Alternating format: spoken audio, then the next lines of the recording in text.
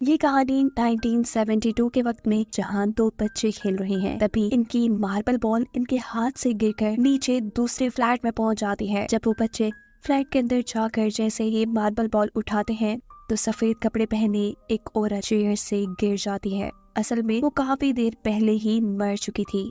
इस सब के 4 साल बाद इसी बूढ़ी औरत वाले फ्लैट में एक फैमिली शिफ्ट हुई है, जिन्होंने ये फ्लैट बैंक से लोन लेकर लिया है। बैंक का लोन उतारने के लिए दोनों हस्बैंड वाइफ तो काम पे चले जाते थे और इनके पीछे घर पे रह जाती थी एम्पायर, जो इस कपल की बड़ी बेटी है, जिसने घर पे रहकर अपने छोटे भाई रेफल और अपने दादाजी का ख्याल रखना होता था। अभी वो अपने भाई को कपड़े चेंज करवा ही रही थी तो अचानक उनके पास बैठे दादाजी गायब हो जाते हैं। घबराहट में वो अपने भाई को छोड़कर अपने दादाजी को ढूंढने में लग जाती है। दादाजी इस टाइम वॉशरूम में थे। उन्हें देखते हुए एम्पायरों भी वॉशरूम के अंदर चली जाती है और अचानक वॉशरूम के सारे खिड़कियां दरवाजे बंद हो जाते हैं। वो जोर जोर से चिल्लाकर अपने मॉम डैड को बुलाती है। उसके मॉम डैड दरवाजा खोलकर उसको बाहर निकाल लेते हैं और फिर रेफल के रूम में जाते हैं, जहां वो खिड़की से लटका हुआ था। अगर रेफल गिर जाता तो यकीनन ना बचता। उसके डैड अपनी वाइफ को खामोश कराते हुए जल्दी से जाकर रेफल को पकड़कर कमरे में ले आती हैं और फिर एम्पायरों को डांटना शुरू कर देते हैं। एम्पायरों ने बताती है कि यहाँ दादाजी अजीब तरीके से गायब हो गए थे, फिर अचानक वॉशरूम के दरवाजे बंद हो गए और जब मैंने नीचे से देखा तो मुझे नीचे एक शैतानी पाँव नजर आया। एम्पायरों के मॉम डैड उसकी कोई बकवास नहीं सुनते और उसे ही डांट कर यहाँ से चले जाते हैं। सीन कट होकर हमें एम्पायरों के दूसरे भाई को दिखाया जाता है, जिससे अपनी रूम की खिड़की पर दूसरी बिल्डिंग से अटैच रेलिंग पे एक लेटर मिला है। इस लेटर पे एक लड़की का नाम लिखा था। एम्पायरों के भाई को लगता है कि शायद ये लड़की उससे दोस्ती करना चाहती है। वो भी अपना नाम लिखकर उस रेलिंग पे लगाकर दूसरी बिल्डिंग तक पहुंचाता है और काफी देर उस लड़की के वेट में खड़ा रहता है जो ये लेटर लेगी। थक कर जैसे ही वो साइड पे होता है तो उसे दोबारा रेलिंग से आवाज आने लगती है। जब वो देखता है तो उस जगह एक और लेटर पड़ा था, जबकि दूसरी तरफ रेफल अपने कमरे में ड्राइंग कर रहा था। और इस मर्तबा दोबारा एम्पायरों के दादाजी घर से चले जाते हैं।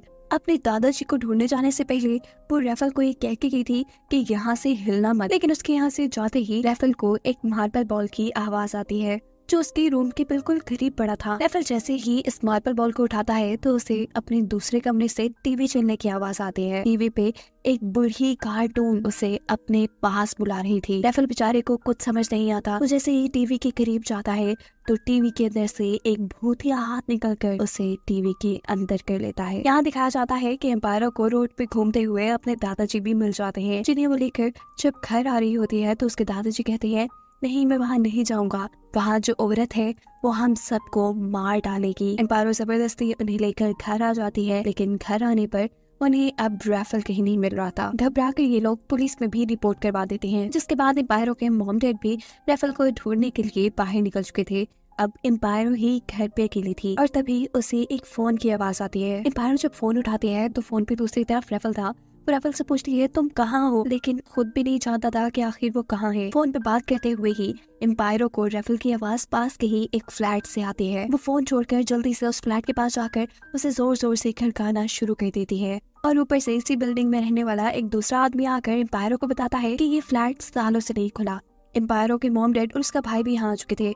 वो इन सबको बताती है कि मुझे रेफल की आवाज यहाँ से आ रही है। ये लोग इस फ्लैट का लॉक खोलकर इसके अंदर चले जाते हैं। रेफल को ढूंढते ढूंढते एम्पायरों इस फ्लैट के एक कमरे में आई, जहाँ उसे पर्दे के पीछे एक छोटे बच्चे का साया नजर आया। जैसे जैसे वो उस साये के करीब जाती रही वो साया बड़ा हो गया।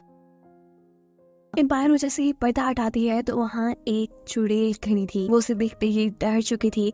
उसके लंबे लंबे बाल, वो जोर जोर से चीखें मार रही थी। एम्पायरों की फैमिली उसे यहाँ आकर खामोश करवाने की कोशिश करती है और उसके डैड जब खिड़की के पीछे देखते हैं तो वहाँ कोई भी नहीं था। खैर अगले दिन हमें दिखाया जाता है कि एम्पायरों की मॉम अपने काम पे थी और यहाँ उस शॉप पे कस्टमर के तौर पे एक पैरालाइज्ड औरत आती है, जो एम्पायरों की मॉम को देखकर सीटी बजाने लग गई थी। एम्पायरों की मॉम को जरा अजीब लगता है।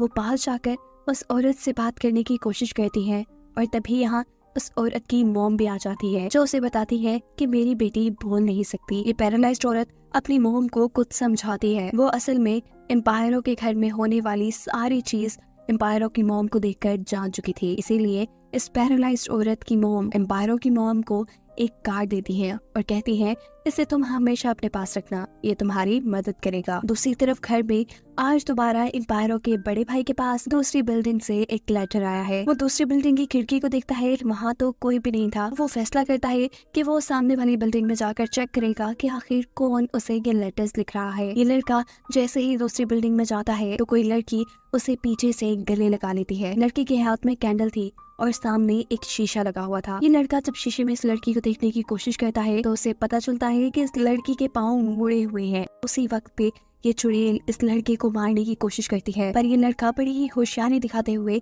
इस चुड़ैल को उठाकर दूर फेंकता है और यहाँ से भागते हुए अपनी जान बचाकर निकल आता है। यही इन पैरों को भी घर पर अब पेट में दर्द हो रहा था। तो जब अपना पेट चेक करती है तो उसके पेट पे बहुत सारे निशान थे। वो इन निशानों को ज्यादा बॉदर नहीं करती, उसे लगता है कि ये एलर्जी है। वो अब कुछ सब्जियां लेकर आई थी जिसे वो जब किचन में रखनी चाहती है तो किचन के दरवाजे में से देखती है कि कोई अजीब सी क्रिएचर उनके किचन में कुछ बना रही है। वो जल्दी से दरवाजा खोलती है तो उसे पता चलता है कि ये तो उसके दादा है। अंदर जाकर जब वो अपने दादाजी से बात करती है तो उसके दादा अब उसके छोटे भाई यानी रैफल की आवाज में उससे बात कर रहे थे। इसी टाइम पर दोबारा फोन रिंग करता है। एम्पायरो जब दोबारा फोन उठाती है तो उसे रैफल की आवाज आ रही थी। पहले की तरह ही रैफल से बात करते हुए उसे रैफल की आवाज पास के एक फ्लैट से आ रही थी। वो फोन को ऐसे ही छोड़कर जल्दी से उस फ्लैट का दरवाजा खोलती है और फाइनली उनका भाई उसे उसी फ्लैट में मिल चुका था। इस अजीब वाकये से अब पूरे घर वाले डर चुके थे। रैफल और एम्पायर की मॉम अपने हस्बैंड से कहती है बस अब और हम यहाँ नहीं रहेंगे, हम इस घर को छोड़कर कहीं और चले जाएंगे। पर ये आदमी कहता है नहीं, हमने इस घर को खरीदने के लिए बहुत सा बैंक लोन लिया है, हम इसे नहीं छोड़ सकते। रात हो गई थी। एम्पायर जैसे ही अपने कमरे के अंदर कदम रखती है तो उसी सेकंड उसके कमरे के सारे खिड़की दरवाजे एकदम से बंद हो जाते हैं। यहाँ तक कि लाइट भी उसके कमरे की चली गई थी।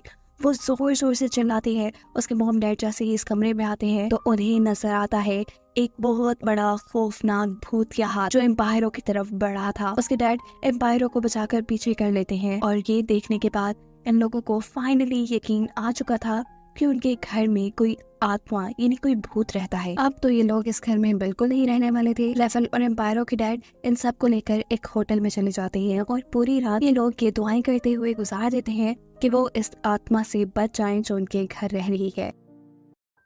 अगले दिन एम्पायरों के मॉम डैड को बैंक वाले बुलाकर ये बताते हैं कि आपको जल्द से जल्द बैंक का लोन वापस करना होगा। पैसों का इंतजाम करने के लिए एम्पायरों के डैड अपने फ्रेंड्स को कॉल करते हैं, लेकिन कहीं से पैसों का इंतजाम नहीं हो पाता। वो पिछले 2 दिन से ऑफिस में नहीं गए थे, इसीलिए उनको जॉब से भी निकाल दिया गया था। थक हार कर अब एम्पायरों की मॉम उस पैरालाइज्ड लेडी के घर जाती है जिसकी मॉम ने उसे एक कार्ड दिया था। वो अपने घर में होने वाली सभी चीजों के बारे में उनको बताती है, जिस पर ये लेडीज कहती है कि हमें तुम्हारे घर होने वाली हर चीज के बारे में पहले ही पता था। वो अब उनके घर को देखने के लिए उनके साथ यहाँ आई थी, जबकि अब एम्पायरों भी उनके घर में रहने वाले पिछले लोगों से मिलने के लिए गई थी। ये औरत बताती है कि जब हम लोग उस घर में रहते थे तो मेरी एक पूरी फैमिली थी, मेरा बेटा, मेरे हस्बैंड, पर हमें नहीं पता था कि मेरा बेटा एक ट्रांसजेंडर है। उसे लड़का होने के बावजूद लड़की बनने का शौक था। इसी के गुस्से में उसके डैड हमेशा उस लड़के को बेसमेंट में बंद करके रखते थे, लेकिन वक्त गुजरा, उस लड़के की आदतें बदली नहीं। वो बिल्कुल औरतों की तरह बिहेव करने लगा। उसके बेटे को माँ बनने का शौक हो गया और इसी वजह से वो उस लड़के को वहीं बंद करके यहाँ आ गई और वो लड़का वहीं तड़प तड़प कर मर गया और तब से उसी की रूह वहाँ पर भटक रही है। यहाँ रिवील होता है कि वो अपनी माँ बनने की ख्वाहिश पूरा करने के लिए एम्पायरों के भाई को बार बार लेटर्स लिखकर अपने पास बुलाती थी और उसने 2 मरतबा मौका पाने के बावजूद भी एम्पायरों को इसलिए नहीं मारा क्योंकि एम्पायरों प्रेग्नेंट थी। एम्पायरों ये सब कुछ जानने के बाद फौरन घर आती है जहाँ उसकी मॉम उस पैरालाइज्ड लेडी को लेकर आई हुई थी। वो आत्मा इस पैरालाइज्ड लेडी के जिस्म के ऊपर कब्जा कर लेती है और इन सबको मारने के लिए इनके ऊपर हमला करती है और तभी एम्पायरो एक कांच का टुकड़ा लेके उसको धमकी देती है कि अगर तुमने हम सबको नहीं छोड़ा तो मैं इस बच्चे को मार दूंगी। ये सुनकर वो आत्मा थोड़ी रिलैक्स होती है और एम्पायरो दोबारा उससे कहती है कि अगर तुम हम सबको छोड़ के यहाँ से नहीं गई तो मैं इस बच्चे को मार दूंगी। मुझे पता है कि तुम ये बच्चा लेना चाहती हो। ये भूत या आत्मा अब इमोशनल हो चुकी थी। तब मौका पाते ही एम्पायरों के डैड उसके ऊपर चढ़ते हुए उसे लेकर खिड़की से नीचे कूद जाते हैं, जिससे उनकी खुद मौत हो जाती है और भूत फिर भी नहीं मरता। जिनके मरने के बाद उनके लाइफ इंश्योरेंस के सारे पैसे उनकी वाइफ यानी एम्पायरों की मोम को मिलते हैं। उन पैसों से वो इस घर का बैंक का लोन पे करने के बाद अपनी फैमिली के साथ इस घर को छोड़कर यहाँ से चली जाती है, जबकि वो आत्मा, वो भूत अभी भी उसी घर के उसी कमरे में अभी तक बंद है, जिसको दिखाते हुए ये कहानी यही खत्म हो जाती है।